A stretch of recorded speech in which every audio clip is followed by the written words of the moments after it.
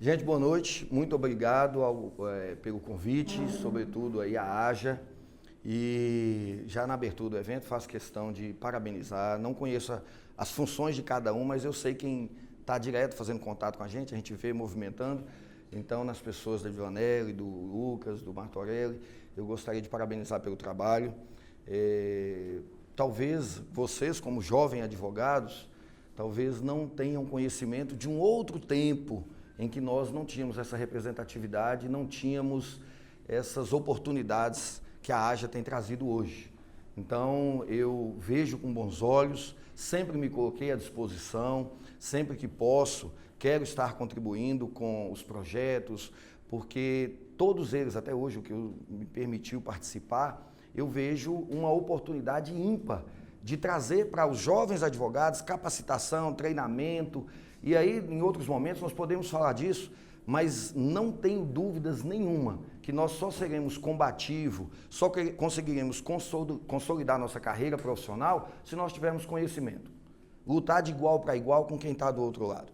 Em uma palestra recente que eu ministrava para alunos até quarto período, de períodos iniciais, inclusive tem um trecho dessa palestra que a nossa equipe recortou e disponibilizou nas redes sociais. Eu dizia que quando você entra nos primeiros períodos, a quantidade de alunos que falam em ser juiz, e promotor e delegado é muito grande. Só que a visão que eles têm de juiz, promotor e delegado é só uma: status e salário. Ele não tem a mínima ideia do que um juiz, um promotor, um delegado, o próprio advogado faz. Então, quando ele vai aumentando a grade de conhecimento dele no decorrer do curso, você vai percebendo que ele estava um pouco enganado, não era bem isso, e alguns começam a se identificar profissionalmente. Mas o que isso tem de interessante? É que todo mundo acha que juiz, promotor e delegado é que estudaram, eles estudaram muito, porque para passar no concurso, estudaram e tal. E existe um conceito equivocado na sociedade que advogado não estuda. A sociedade carrega esse conceito. Não, o juiz ele estudou muito, se ele falou ele está certo, advogado não estuda igual o juiz, não. É possível que haja mesmo advogados que não estudem igual o juiz. E aí eu dizia lá, se o advogado não estudar mais do que o juiz estudou para chegar onde é que ele está, ele vai ser presa fácil na mão do Ministério Público, na mão do delegado, na mão do juiz. E aí ele vira o que literalmente a sociedade conhece como advogado de porta de cadeia. Nada mais é do que alguém que é bacharel em direito, mas não tem o conhecimento suficiente para bater de frente com o juiz. Aí ele bate de frente com o agente penitenciário, ele bate de frente com o sistema policial, achando que, porque não são bacharéis em direito, né, na grande maioria. Então não funciona dessa forma, não tem outra maneira de você tornar um advogado combativo, senão através dos estudos. Conhecimento, sempre muito conhecimento. Não conheço uma realidade diferente do que você chegar numa audiência e logo no início você demonstrar para o juiz, para o promotor, que você sabe a matéria que você está ali para defender. Se você está numa audiência criminal, logo no início, se houver uma oportunidade de você demonstrar que você domina o processo penal, aí não tem como falar que o juiz e o promotor são superiores ao advogado. Não tem superioridade. Está muito mais fácil o advogado dominar a audiência, sair de lá como superior do que o juiz e o promotor. Então é uma visão equivocada que a sociedade cultuou. Que o juiz, promotor, estudou.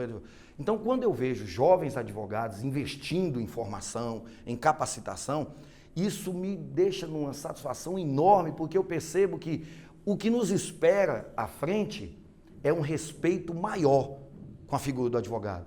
Por quê? Porque o advogado capacitado, o advogado que estuda, o advogado preparado, ele é respeitado onde quer que ele entre.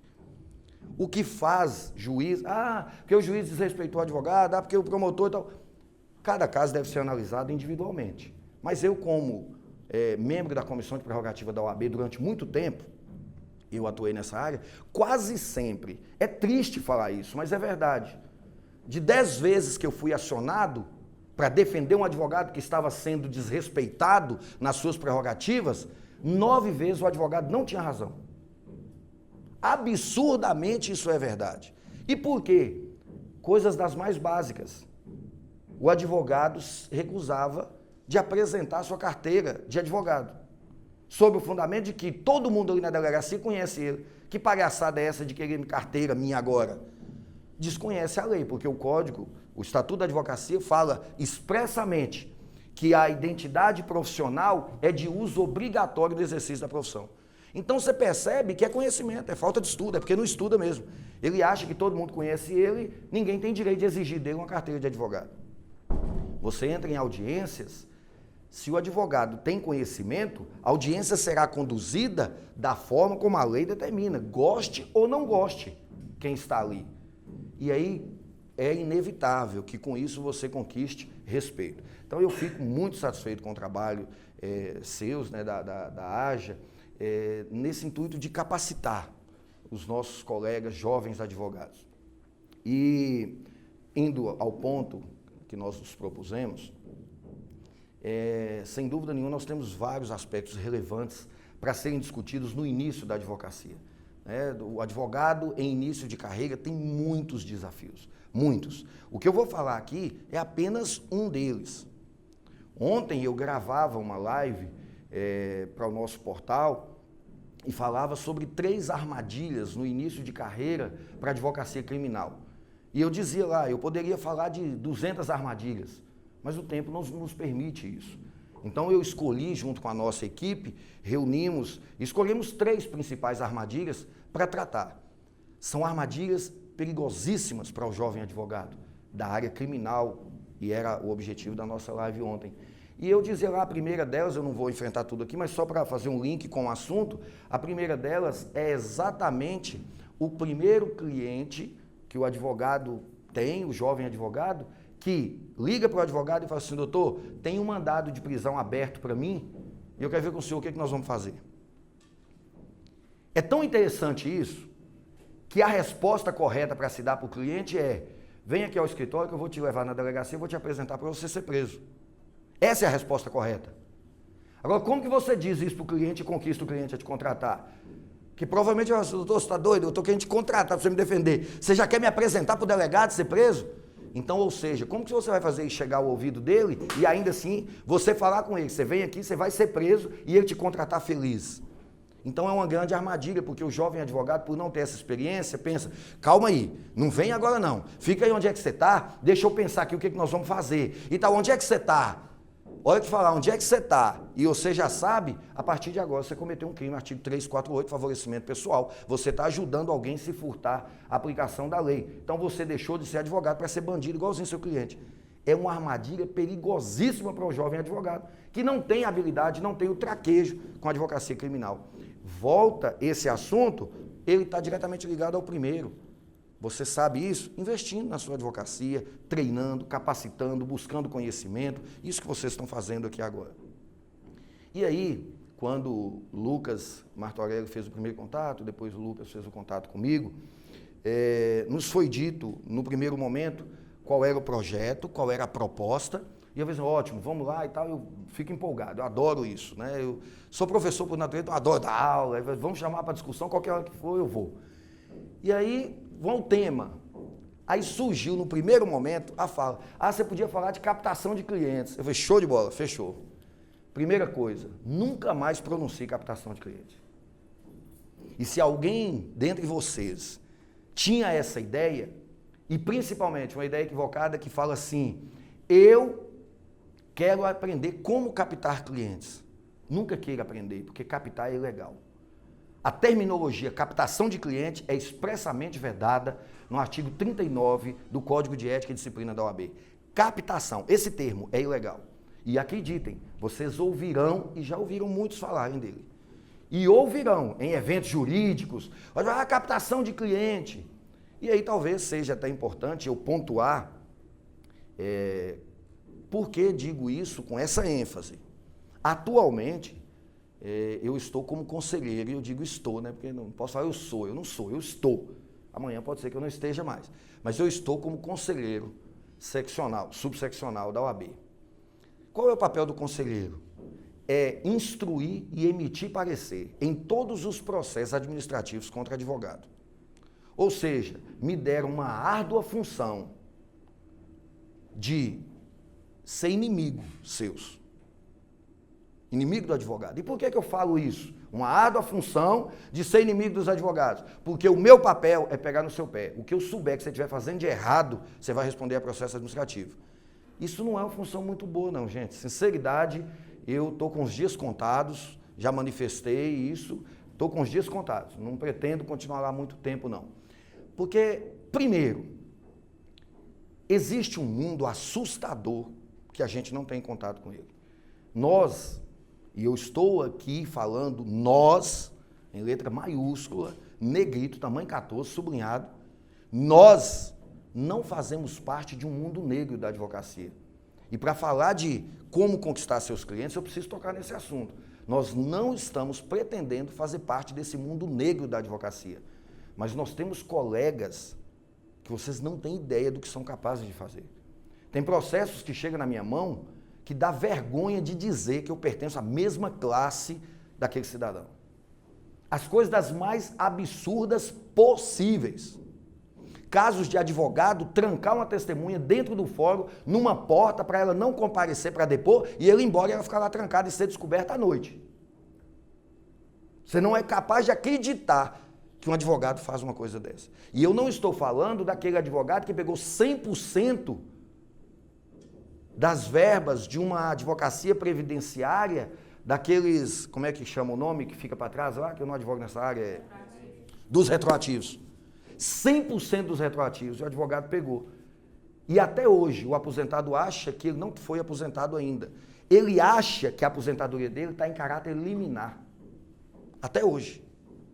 Então, assim, são coisas que você tem vergonha de falar que faz parte da mesma classe desse cidadão. Então, estando lá, dá vontade de cortar o pescoço. Só que eu não tenho poder para decidir, eu apenas emito parecer. Eu instruo o processo e emito parecer. A meu ver, esse aqui tem que perder a carteira, esse aqui tem que ter a carteira suspensa, esse aqui tem que ser expulso da advocacia, e já fiz alguns pareceres assim. Não é bom, mas tem que fazer. Agora, se isso vai resultar em concreto, aí é outro mundo, não me pertence, não faço parte, então não sei como é que vai funcionar lá na frente. Tá, então por que eu estou dizendo isso? Porque como conselheiro, eu posso não saber de cor, porque não tem como também eu decorar todos os artigos com todos os dizeres. Principalmente porque o nosso Código de Ética e Disciplina é novo, ele é de 2015. Anterior a 2015 era outro, de lá para cá mudou. E acreditem, ele já nasceu atrasado. Infelizmente, como sempre acontece no Brasil. Porque quando se fala de publicidade da advocacia, ele já deixou de tratar alguns assuntos que nós precisamos. Eu preciso para ontem que o Conselho Federal regulamente algumas situações, sobretudo no que se envolve a redes sociais. Como fazer publicidade da advocacia. Então vamos começar, e já agora no meio mesmo do assunto, entre aspas, captação, que você não vai a partir de hoje mais falar captação de advocacia. Você vai falar fazer, e olha que interessante, durante muito tempo talvez vocês tenham pensado que isso era o errado. Fazer publicidade da sua advocacia. Mas não é isso que é errado? Não, isso é o certo. A captação é que é errado. Fazer publicidade da advocacia é permitido. Artigo 40 do Código de Ética e Disciplina da OAB. Agora, como fazer essa publicidade? Aí sim. Então você pode falar para os 4 cantos. Vocês me ouvirão falar muitas vezes, eu preciso melhorar a publicidade da minha advocacia, cara. Eu tenho que melhorar a publicidade da minha advocacia. Isso é correto, é ideal, é bom que se faça. E o que você deve fazer, o que você pode fazer? Então vamos primeiro falar um pouco do que você deve, considerando que eu estou aqui me dirigindo a jovens advogados. Embora eu perceba que alguns já têm talvez até mais experiência do que eu já vislumbro alguns aqui que já têm uma trajetória na vida profissional, vislumbro aqui alguns que, como foram meus alunos, eu acredito que ainda estão formando. Tem gente aqui que ainda não formou, não é? Tem uma que eu estou lembrando, 2 ali. Tem outros que acabaram de formar, mas de um modo geral, nós temos aqui 90% das pessoas que vão se enquadrar no que eu vou falar agora. Quando eu me graduei em Direito, e aí rapidamente, só para que vocês entendam que as técnicas que eu usei talvez me habilitam a estar aqui falando isso para vocês. Eu não sou nenhum prodígio, não sou nenhum guru, não sou o suprassumo de nada. Eu sou alguém que viveu tudo que vocês estão vivendo e que pode hoje compartilhar isso com vocês e evitar. O que eu sofri, talvez você não precise sofrer. Essa é a proposta. E eu creio que quando a AJA pensa em capacitar jovens advogados, seria tão bom que um advogado mais experiente me mostrasse um caminho mais tranquilo para que eu não precisasse sofrer tanto. Essa é a nossa proposta. Por que digo isso? Porque hoje eu estou com 43 anos de idade, então eu sou um jovem advogado, eu só não sou jovem na idade, mas eu saí de casa muito cedo, aos 16 anos, quando eu passei num concurso público, na época da CEMIG, e não passei porque meu sonho era trabalhar na CEMIG, não. Eu, desde os 11 anos de idade, eu sonhava em ser advogado criminalista. Mas em razão das situações financeiras da minha família, circunstâncias em que eu vivia, eu me vi obrigado a sair para trabalhar muito cedo e com 16 anos de idade eu fiz meu primeiro concurso, passei, fui para a CEMIG e lá permaneci até em 2010, quando, aos 35 anos de idade, eu pedi demissão da empresa para me dedicar à advocacia.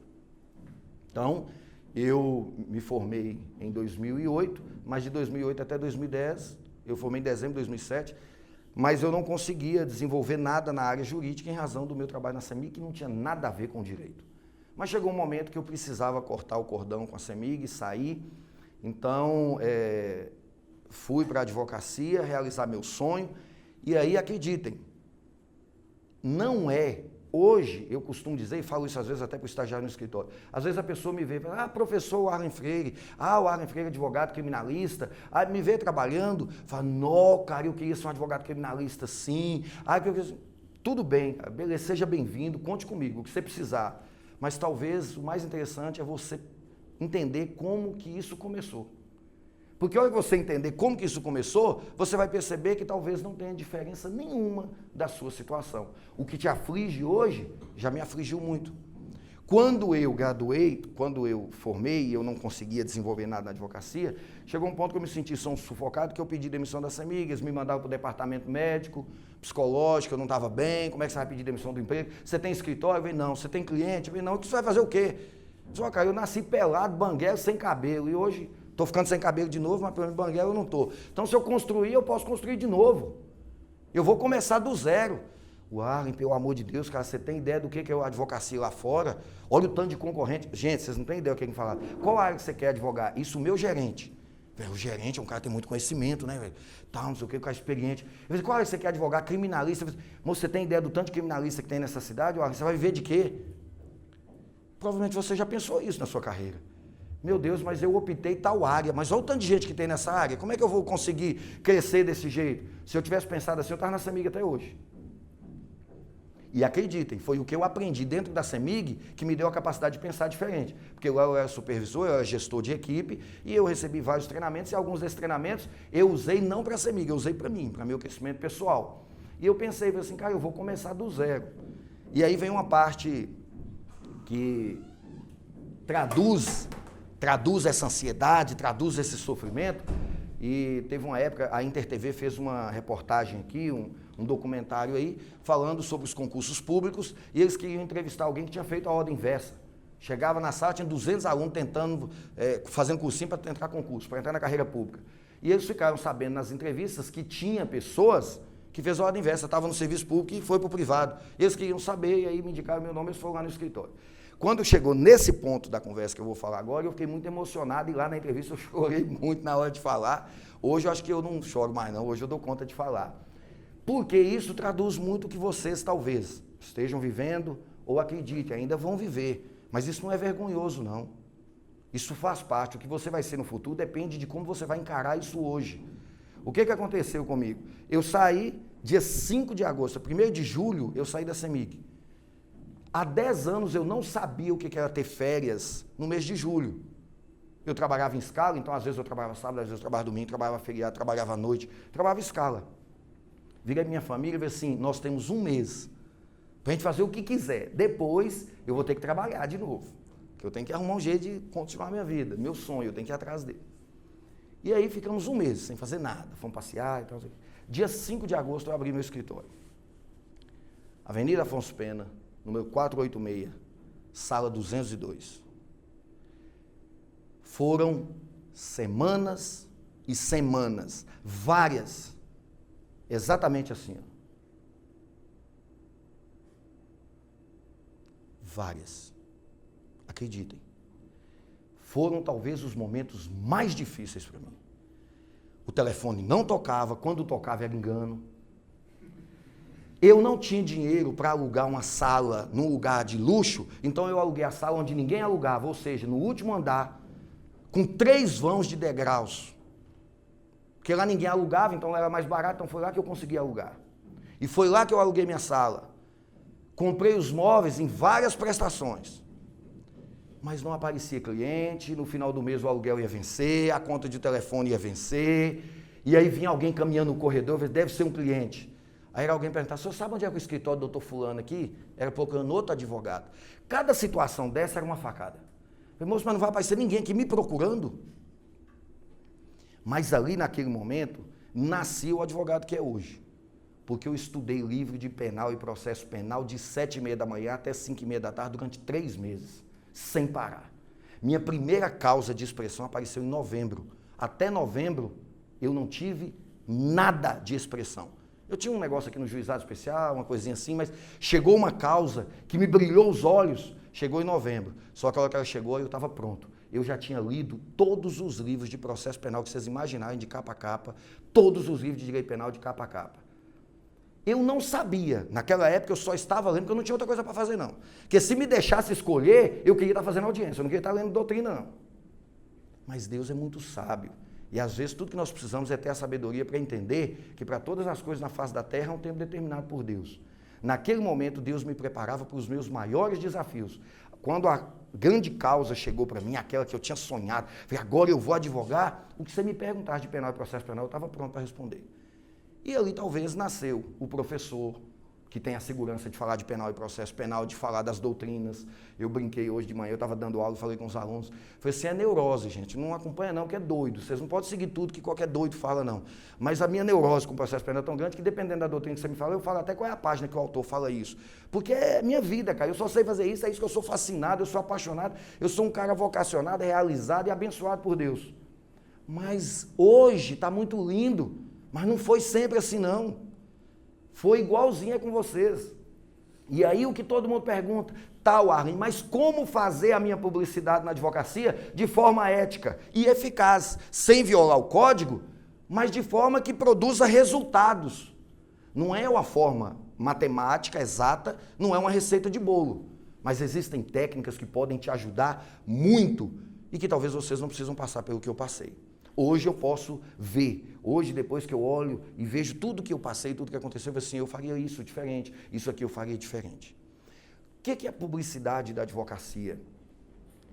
Abrir o escritório, nós lançamos aí recentemente um e-book, onde nós estamos dando 3 passos fundamentais para você alavancar a sua advocacia criminal.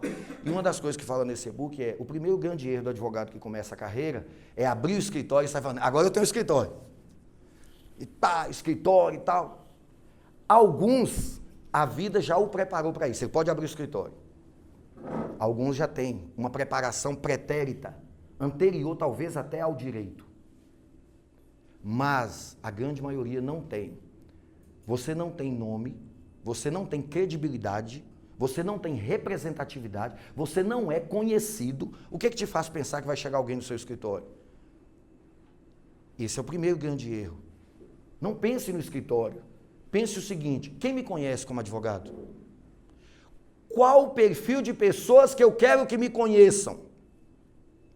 E aí eu estou falando para um público eclético. Criminalistas, previdenciaristas, civilistas, não importa. Essa receita é importante para vocês. Pergunte para você mesmo, quem te conhece como advogado? Aí, a hora que você tiver a resposta, você pergunta, são potenciais clientes seus? Não. Então está tudo errado. Então você começou errado. Tá, Arlen, mas eu preciso saber então como que eu vou fazer com que as pessoas que eu quero me conheçam.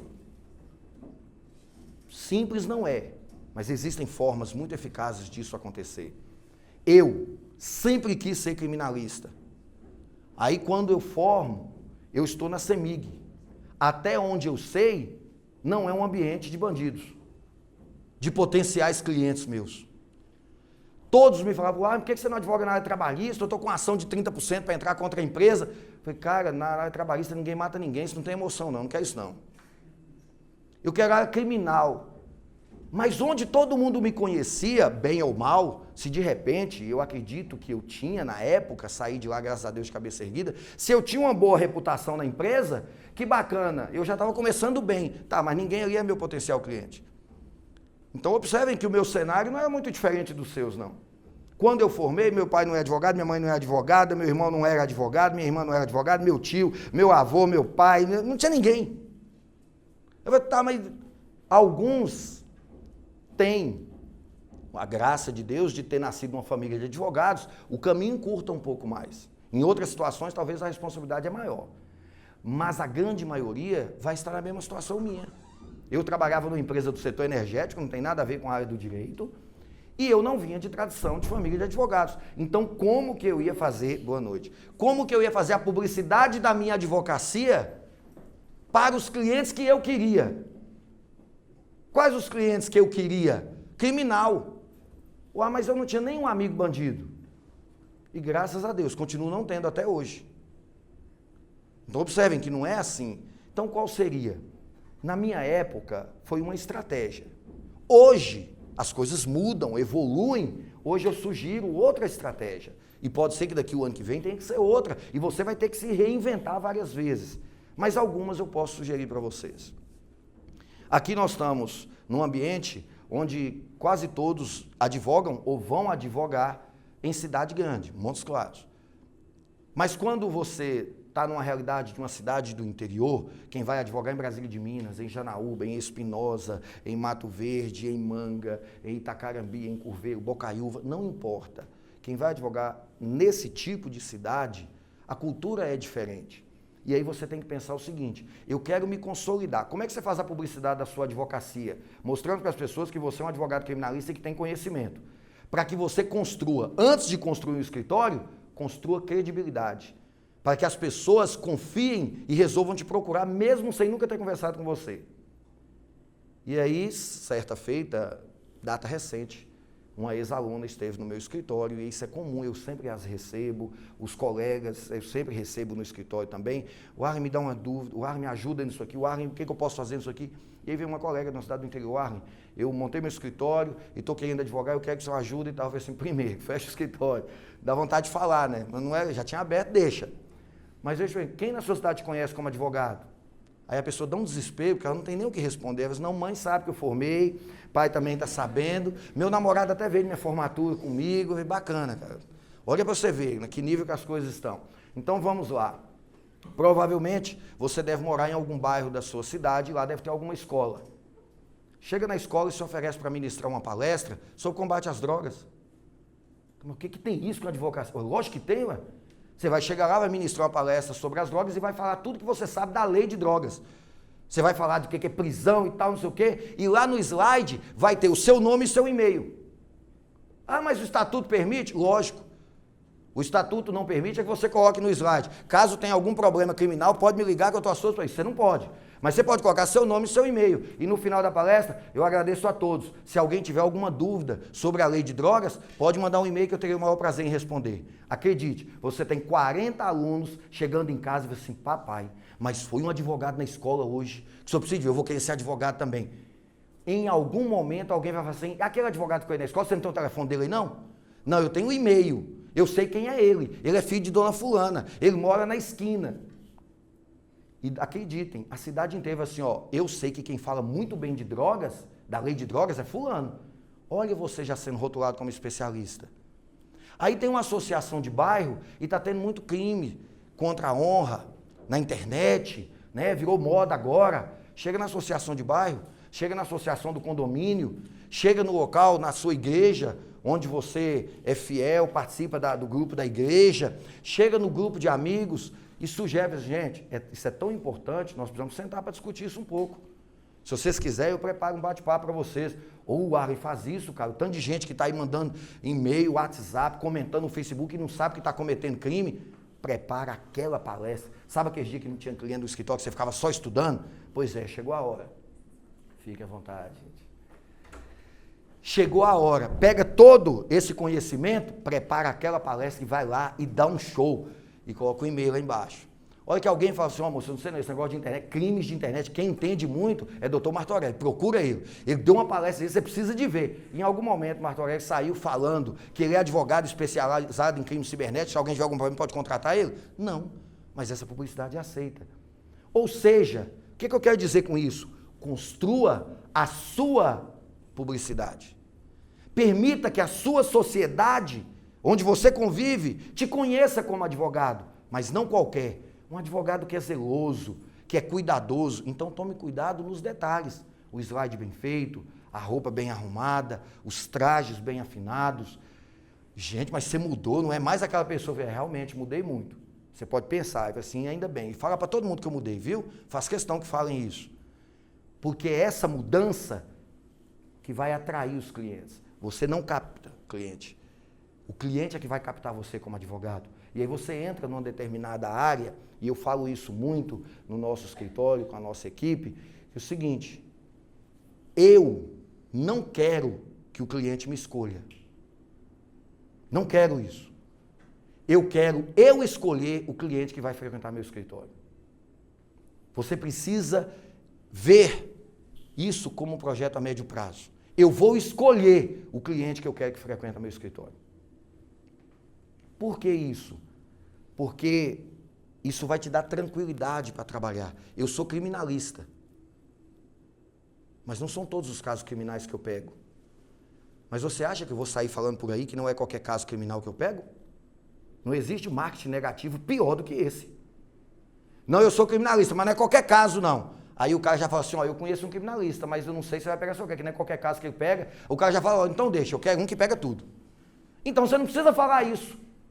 Você simplesmente adota posturas, a forma de cobrar, a forma de atuar, onde você frequenta, é que você vai selecionar os clientes que você quer no seu escritório. Porque alguém vai indicar seu nome e a pessoa vai dizer, ah, não, esse aí eu não vou não, cara, ele cobra caro demais. Ótimo. Se não tem condição de pagar, não vai não. Porque cobra caro mesmo. Porque eu prefiro um cliente, mas que me paga, que eu sobrevivo durante um ano, do que 50 clientes que eu tenho que ficar pingando para poder pagar minhas contas. Você que vai decidir que tipo de cliente que você quer que frequente o seu escritório.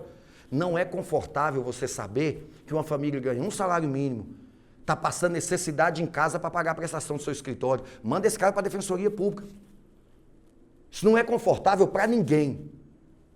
Então você tem que saber qual tipo de cliente que você quer que frequente o seu escritório. E é a forma de fazer a publicidade que vai dizer isso. Tem um fato interessante no início da minha vida profissional que pode servir para alguns de vocês, porque aconteceu aqui em Montes Claros, igualzinho, vocês estão aí. É engraçado, mas é interessante. Eu ainda estava na graduação quando eu comecei a fazer júri. Eu comecei a fazer júri no 6º período. Serei eternamente grato ao professor Vicente de Paula, que confiou em mim. Eu comecei a fazer estágio com ele no 6º período e já fiz um júri logo de cara. E a partir dali, aí não segurou mais, eu fiz júri em todos os períodos da faculdade. Eu não tive a honra de fazer um júri simulado na faculdade. Mas também acho que nem precisou, porque eu fiz tudo, não foi no real mesmo, no 7º período, no 8º, eu já estava fazendo júri. E eu virei para o juiz um dia, quando eu estava formando, nunca esqueço isso. Cheguei para o doutor Isaías, e tem um fato aí que aconteceu, que o defensor público em Montes Claros que fazia júri, era só um, era o doutor Henrique e tal. E quando nós temos processos com réus e a versão de um é contraditória do outro, o advogado não pode atuar sozinho. O defensor público não pode defender dois interesses, vocês todos sabem disso, advogado nenhum pode. Então tem que nomear algum advogado para atuar junto com a Defensoria Pública. Um defende um, o defensor público defende o outro.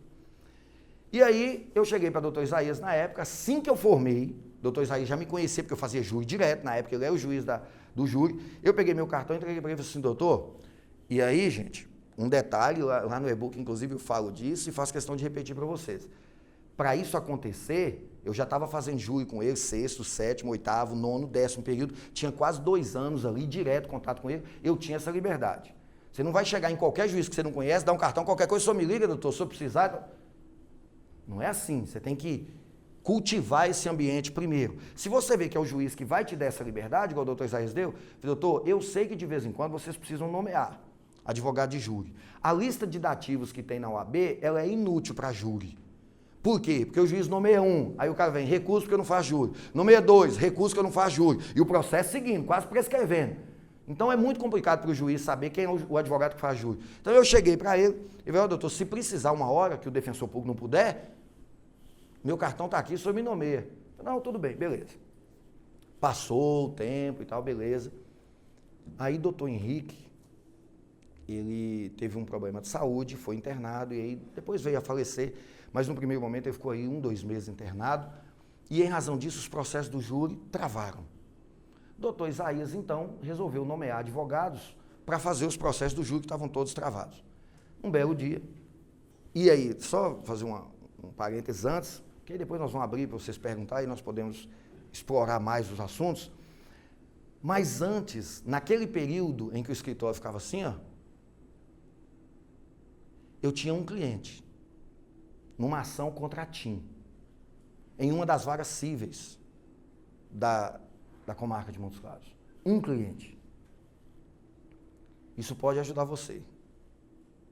O que aconteceu comigo pode ser útil para você. O que eu tinha acabado de dizer? As pessoas precisam saber que eu sou advogado, não precisa? Todo mundo me conhecia como o Arlen da CEMIG. O Arlen da CEMIG, o Arlen da CEMIG. Ah, o Arlen da CEMIG, o Arlen aqui me matava. Eu entrava no fórum, o Arlen da CEMIG. Dava vontade de falar assim, pô, velho, não é o Arlen mais da CEMIG, eu pedi demissão, minha carteira aqui, ó. Sou funcionário da CEMIG, mas não, eu sou advogado. Mas não é falar, é fazer. É parecer.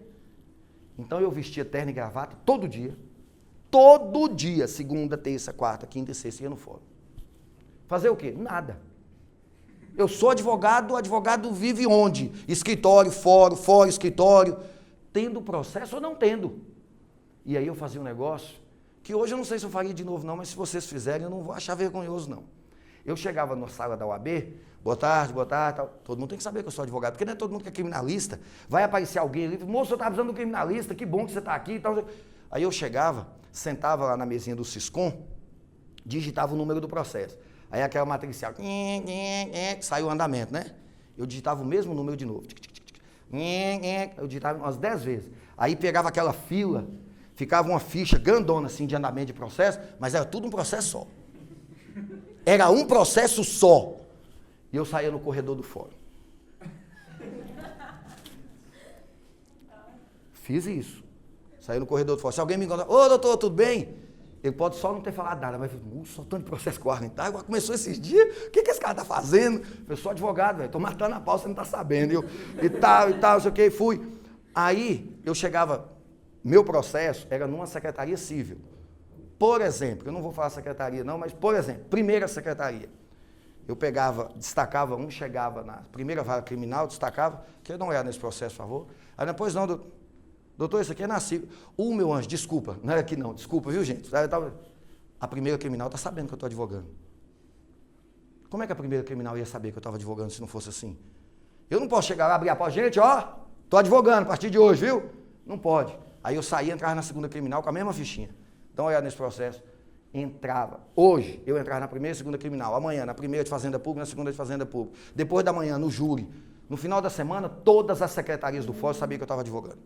E o detalhe, o Arlen saiu daqui agora, estava com uma ficha de processo desse tamanho, você precisa ver como é que estava. Era um processo sozinho. Mas aí aconteceu um fenômeno maravilhoso, cara, quando Deus coloca a mão e fala assim, é agora. Aí foi. Eu cheguei no fórum um dia, nessas idas, com uma fichinha, a hora que eu cheguei, olha ele aí, é isso aí. Eu tomei um susto, falei, nossa, fiz errado, alguém descobriu que é tudo um processo só. Fiquei desesperado. Veio aí, eu falei assim, o que foi, gente? Ela, é o senhor que é o doutor Arlen? Eu falei assim, sou eu. Eu falei, tá vendo, a secretaria não me conhecia todo mundo, isso não era bom, já era para estar conhecendo. É o senhor, doutor? Sou eu. Ah, tá. Aí começaram a rir. Eu falei, não, doutor, nada não, é porque o doutor Isaías nomeou você para um processo, e aí a gente ficou preocupado se o senhor vai aceitar a nomeação. E eu, dentro de mim, estava explodindo. Como assim, cara? Se vai aceitar? Sonhei com isso a vida inteira. Aí eu falei assim, essa mesa que está aqui, os processos, aí o senhor nomeou. Para vocês terem uma ideia, eram 27 processos de júri, o que tinha menos tinha 3 volumes. Tinha processo que tinha 10 volumes. Eu, na época, tinha um Tempra, e quem conhece Tempra sabe que o bagageiro cabe nós tudo aqui dentro dele, deitado, ainda de perna aberta. Lotou o bagageiro de Tempra de processo, porque eu falei assim, não, eu aceito nomeação de todos, só não tem como eu falar aqui agora. Eu levo para o escritório e lá eu despacho. Não, então beleza. E aí foi servidor saindo no foco, aqui um monte de processo, colocando lá dentro do carro para mim. E eu falei, gente, Deus é bom demais, não acredito que eu tenho esse tanto de processo agora. E o carro chegou a sair assim. Mas o que isso tem a ver com vocês? Não importa se era um tanto ou se era um. A postura que você vai ter que adotar é uma só. Te nomeou para fazer a defesa de um réu, ele está preso, você vai lá no presídio agora, vai se apresentar para ele, e você vai mostrar para ele que ele vai ter o melhor advogado que ele podia ter na vida. Não tem dinheiro no mundo que ele tivesse que ia contratar um advogado igual eu. Porque essa é a sua chance. Você vai visitar esse cara toda semana. Doutor, mas eu tenho que ir no presídio toda semana? Tem. Porque toda semana vai chegar um agente lá na cela, vai tirar ele. Aí a hora que ele voltar, vai, moço, você agora todo dia sai? Que maré mansa é essa? Eu falei, não, moço, é o advogado que me arrumaram agora, moço, você precisa de ver. Pensa numa pessoa atenciosa, gente boa, educado, estuda, moço. Ele estava me falando esses dias e tal. Aí ele volta lá para dentro da cela e fala isso. Adivinha o que vai acontecer dentro da cela? Moço, fala que esse advogado seu para me tirar aqui, moço, eu quero conversar com ele também. E aí alguém pergunta, Arlen, como é que você se tornou criminalista tão rápido em Montes Claros? Com 27 presos, eu visitando ele toda semana, meu amigo. Os agentes penitenciários tudo sabia que eu era advogado criminalista, meu nome rodava dentro. E aí um detalhe que eu nunca falei em público, para vocês eu posso falar, não vou citar nomes. Embora, mesmo sem citar nomes, todos vocês devem saber de quem eu vou estar falando. Eu hoje sou e me tornei advogado de uma das pessoas que foi acusada de ser chefe de facção criminosa em Montes Claros durante muitos anos. Tráfico de drogas em Montes Claros durante muitos anos era dividido em duas facções, tinha fulano e fulano. E eu me tornei advogado dele. Sabe como? Um dia que ele mandou me chamar no presídio e falou assim, doutor, é o senhor que é o doutor Arlen? Eu falei, sou eu. Eu falei, senhor, é porque tem uns meninos aí que foram presos comigo, o chefe e a ralezinha. A ralezinha não tem condição de contratar advogado. O doutor Isaías me nomeou. Aí absolve um, absolve outro, foi na audiência, fez uma audiência boa para um, fez uma audiência boa para outro, visita o cara toda semana, o cara tá super satisfeito. Eu falei, pô, velho, eu que estou sendo o chefe, eu não tenho um tratamento desse, velho. Quem é esse cara? Eu quero saber quem é esse cara. Eu falei, então, a partir de hoje, o senhor é meu advogado, todos os meus processos. Beleza, fechado. Ah, mas...